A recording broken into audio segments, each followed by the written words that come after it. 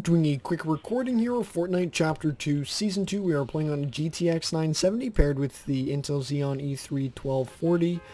These are the settings we're playing on, basically pro settings. We had epic view distance, everything else set to off or low, all at 1920 by 1080p. And I apologize for the audio quality.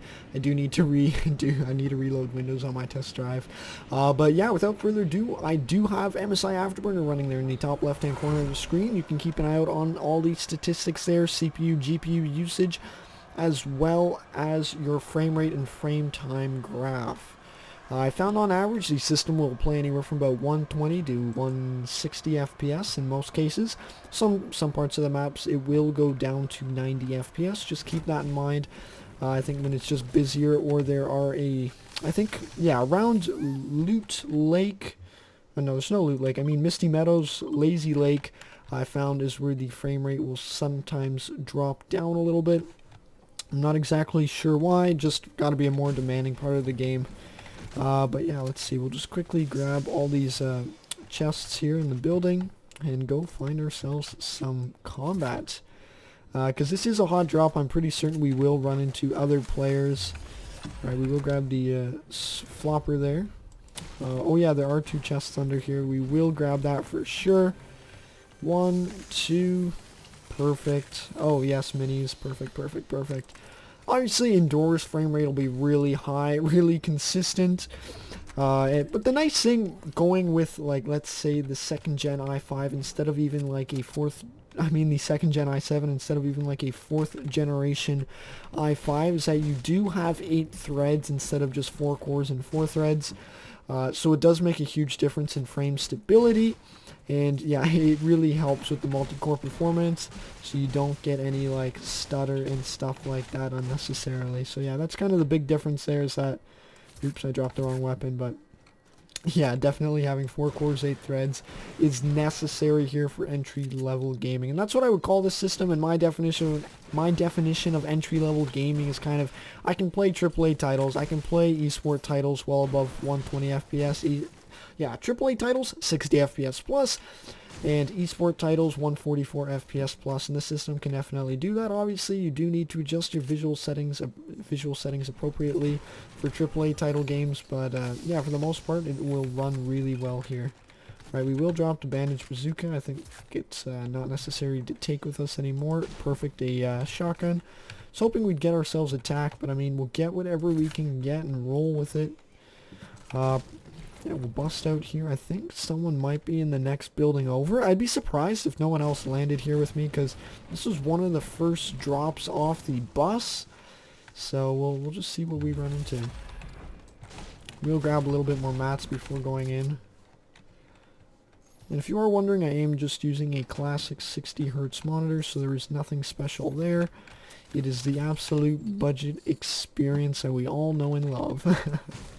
Alright, let's see. We'll grab the chest here. Maybe we'll get like a scar or something if we're lucky. Obviously, no scar, no problem.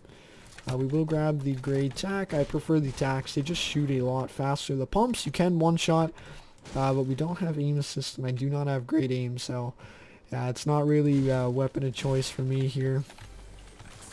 Alright, blue AR, perfect. We will swap over to that. I'm trying to go quick here so we can get out of the building and get into some combat. Something else there. There's an upgrade station here. I don't think we have enough materials to upgrade anything worthwhile, so that is a little bit unfortunate. We will grab the metal here. Guess we can upgrade our tack to a green tack, but I don't know if that's actually worth doing. Yeah, we need more brick and stuff, so I'm not going to bother upgrading anything there. I think the gray tack does everything we need it to. It fires, it reloads, and it does damage. And then it's just up to us whether or not we can hit our shots. Another blue tack, interesting. You know, I will drop the minis for the grenades.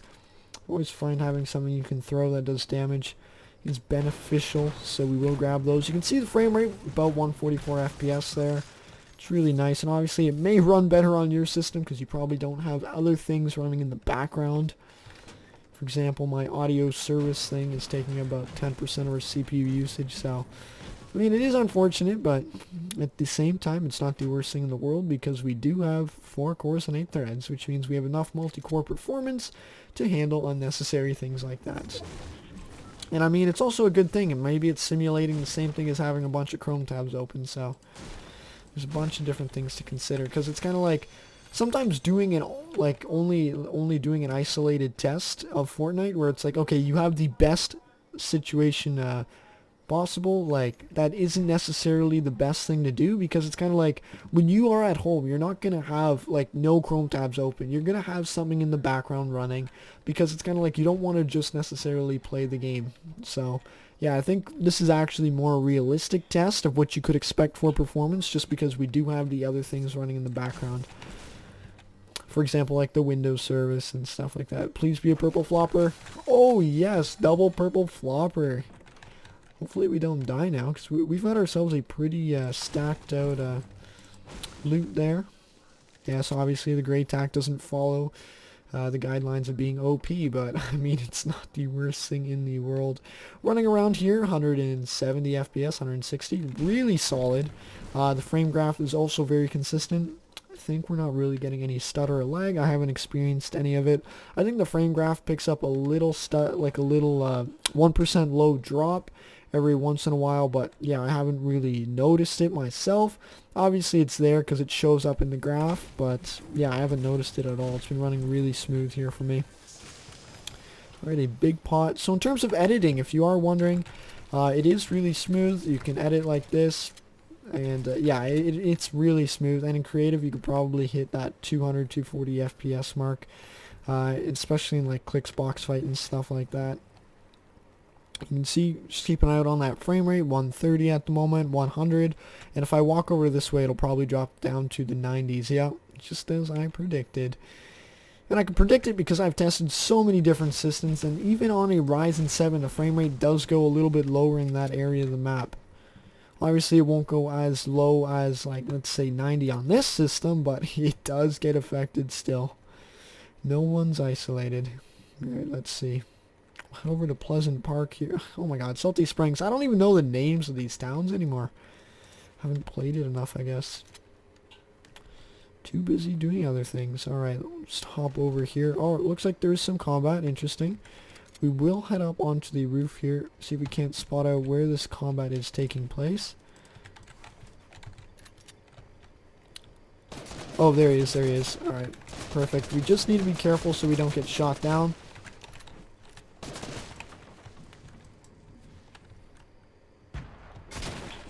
Oh, he's right below us. Interesting. Very interesting. And he's building up. Oh, wow. Someone else is built up here. That is really unfortunate. It feels like we're getting double teamed. Yeah, we are getting double teamed. That's exactly why it feels like it.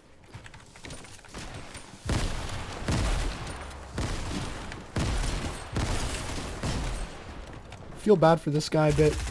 Just because he's having to deal with the exact same thing as I am, so I think we're, oh my god, we had double purple floppers, but man, Fortnite is not my jam here. Testing out, of course, pro settings, epic view distance, everything else set to off for low, 1920 by 1080p, but yeah, I think it's always a good gaming experience if you can always smile when you die. If you can't do that, there's no point in playing, but yeah, hopefully this helped you out. If it did, let me know in the comment section below. Also, if you have like a 2nd gen i5, this Intel Xeon E3 1240, basically the i7 2600, is a great upgrade option, and yeah, it makes a world of a difference when playing these kind of competitive shooters. If you guys have any questions, feel free to reach out in the comment section below, but yeah, that's Alex signing off. Thanks, cheers.